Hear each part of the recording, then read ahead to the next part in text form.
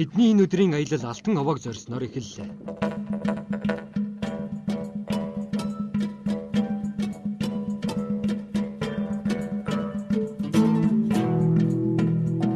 Алтан овоон далайн төвшнөөс 1354 м өндөр хэдэн зуун сая жилийн настай билээ.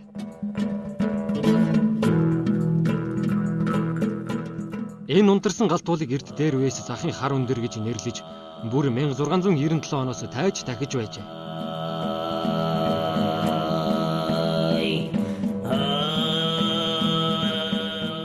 1913 онд Богтааны зарилгаар дарь овоог төрийн тахилагтай болгож хаврын ихэнх сар намрын дунд сард зөвхөн орлоо мэрэгэн хотогт лодоор энчин бадмал тагтдаг байжээ. 1690 оны үед анх дахиж байх үедээ орой дээр нь гэр хэлбэртэй дугуй цагаан сувраг барьж дээр нь олон давхарлан алтагдсан зис ганжуур сүншиглэн босгосон нь хаа холоос шижиртэн харагддаг байснаас дарь овоог алтан овоо гэж нэрлэдэг болсон түүхтэй байна. Алтан овоог тойрч бараагаа харсан улсыг тэрний ахан дүүс хэмээн нэрийтгэдэг ажээ.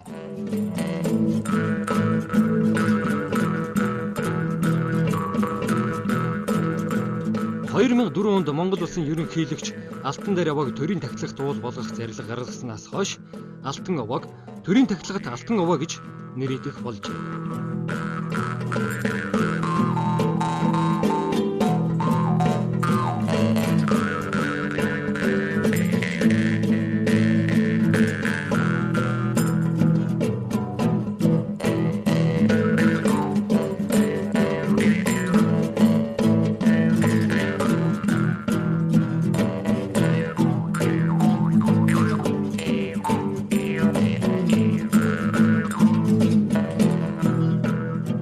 Алтан овоонд эмэгтэй хүн гарахыг цээрэлдэг болохоор манай аялагчдын ирчүүд нь л алтан овоонд гарсан юм. Харин үлдсэн эмэгтэйчүүд уулын хормоо хэсгээр нь сөгдөн мөргөж өөрийн гуйлт залбирлаа хэлж байлаа.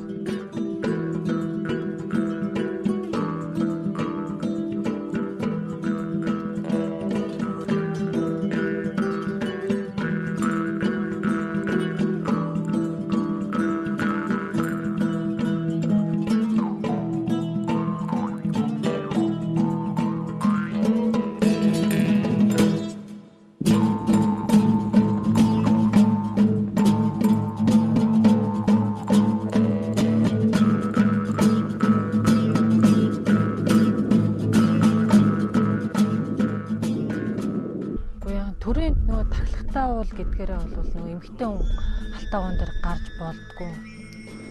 Яг доогуур нь бэлээр нь тойрч явдаг тийм жим байдаг гэдэг би хүнээс өмнө дуулж исэн. Тэгээд тийм болохоор яг тэр яс журмынхан дагуу тойрч мөргсөн дөө.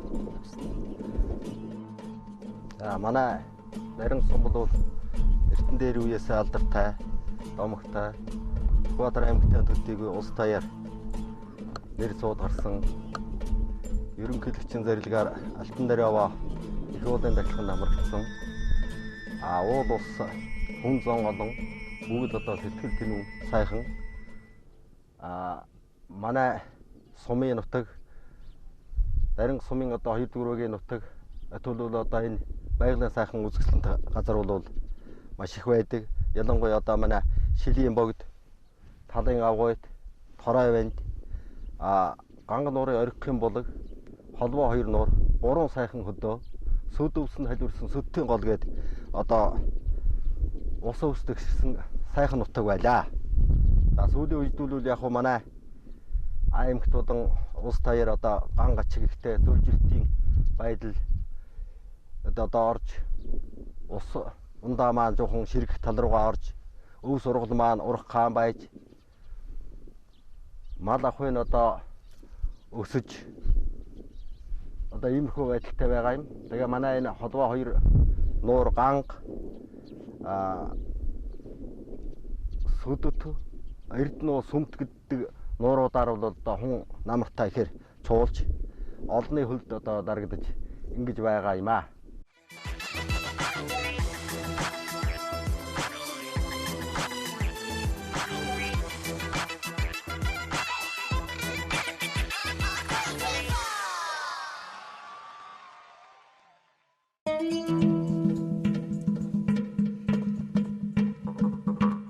Бидний дараагийн очих газар бол Ганга нуур юм. Ганга нуур нь сумын төвөөс зүүн урагш 12 км зайд орших Молцог эсэнд мэлтэлсэн харагдах хамгийн том нуур юм.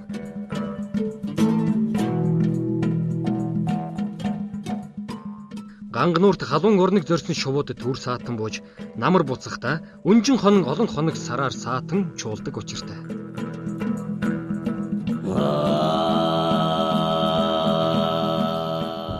За үзэгч та бүхэндээ зориглон өнгөж жолыг үзүүлэх гэж бид хагас Улаанбаатар хотоос Сүхбаатарын дээр хамт нутагт явлаа.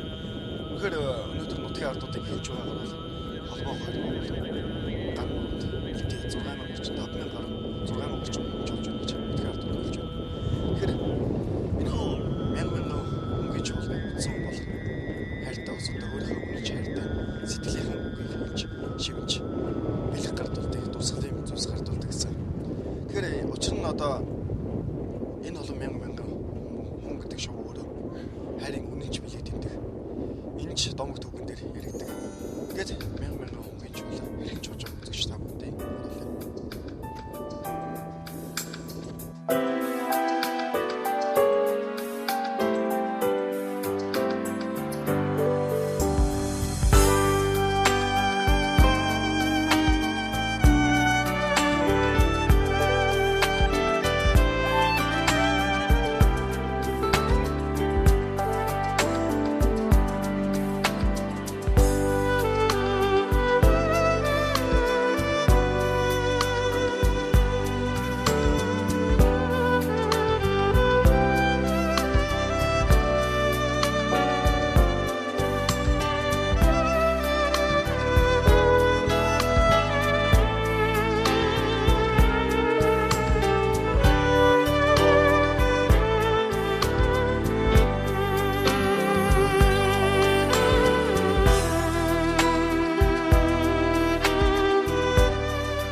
Энэ жилийн хувьд холбоо хоёр болоод Ганга дуут нууруудад нийтдээ 6000 орчим хүн чуулсан гэж нутгийн иргэд бидэнд хэлж байлаа. Энийг нутгийн ард нь дээр үеэс хунгийн чуулга гэж нэрлэх болсон байна. Ганга нууртай холбоотой олон сайхан дуу шүлгүүд зохиогдсон байдаг билээ. Үүний нэг нь болох Ганга нуур минь байгаа болохоор хүн цэнгийн дуу тасрахгүй. Ганга нуур минь байгаа цагт миний эх орон хизээд мөг. Ганга нуураас будсан хүн намартай заавал цугладаг. Ганга нуураас явсан хүн насандаа заавал эргэдэг гэж Монголын нэрт яруу найрагч явах болон их шиглэн шүлгэлсэн билээ. Энэ мэтчлэн Ганга нууранд намартай ирсэн хүн өөрийн ирэхгүй үгээ хэлж шүлгээ зориулдаг ажээ.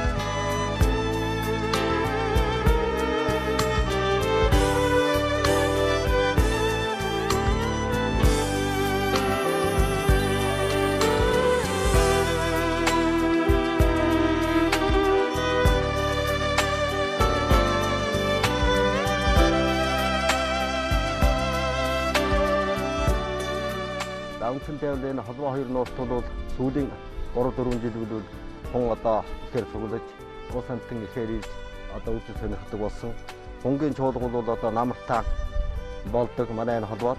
Хунгийн чуулга бол одоо үндсэндээ юм бол хүнтэй зүйрлэж ярих юм бол одоо маш их зохион байгуулалттай, түүний ахлагчтай, дотроо одоо эв түнжинтэй, найрамдтай хүн бол одоо хосоор амьдэрдэг ийм сайхан антим. Тэгээд одоо хүн бол одоо энэ 10 сарын 10-д 25 гээд хүйт орохтой зэрэг үндсэндээ нуурын ус одоо хөлдөөд ирэхтэй зэрэг бол халуун орныг бол зорьдог. Тэгээд нэг л шөнө одоо хорон чуулж нэг өглөө усхад нь одоо бүхэн халуун орныг зорьсон байдаг юм аа.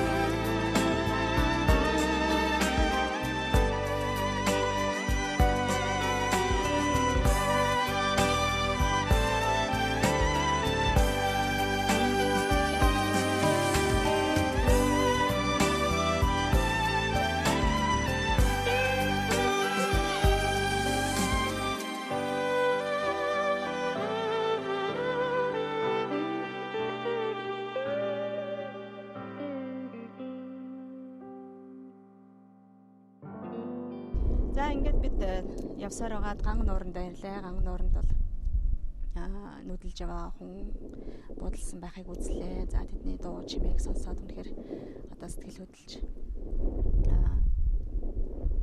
сайхан энерги бол авч байлаа. Гэхдээ би нэг зураг дээр нэг харсан шиг санаад байна. Ерөөсөө тэр усан дунд одоо ер нь тэгэл сүүр хонь одоо ингээд хотолцсон шиг нэг тийм дүрсийг би нэг жилийн өмнө л нэг харсан шиг санаад байна. Тэгэл тэр нь яг байдлын газар дээр нь үзье гэж. Тэр бас одоо их одоо байгалийн тэр шүү тийм одоо бэлтгэл хийгээд ингээд явах бас сонирхолтой байсан л да. Тэрийг ирж би одоо газар дээр нь яг бодит байдлаар нь харлаа л да.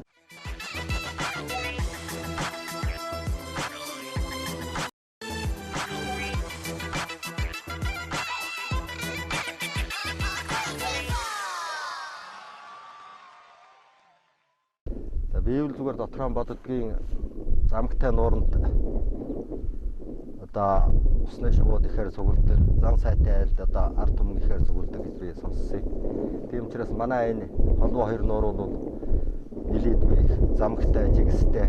Тийм учраас энэ шувуудын маань одоо иддэг хоол унд одоо эсвэл одоо сайхан цэнгэг ус нь болж л одоо энэ хүн ихээр цугулж байдаг л гэж би бодож байна.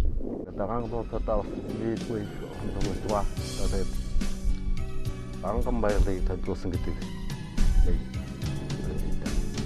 анган баялагийг төлөвлөсөн ангын нуурана сэлгэрээ хартай хоёрын харцны хамгийн дундаас онцгойдоо хартай хоёрын харцны хамгийн дундаас онцгойдоо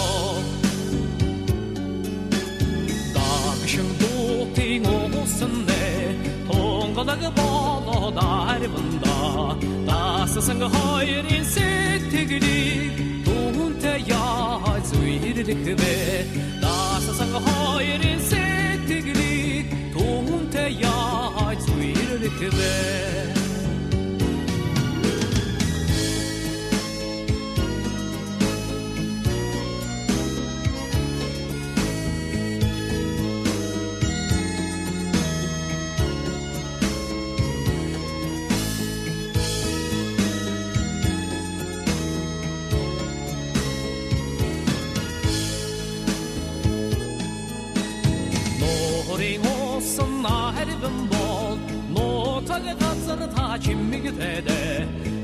Niesen høyre noen ikke vold Nithin donda kimmig tede Niesen høyre noen ikke vold Nithin donda kimmig tede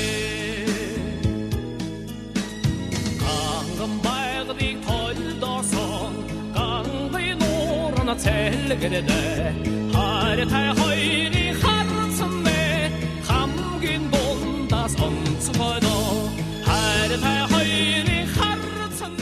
Биднийг Сүхбаатар аймгаар хийсэн аяллаа нэвтрүүлэг маань ийхүү өндөрлөж байна.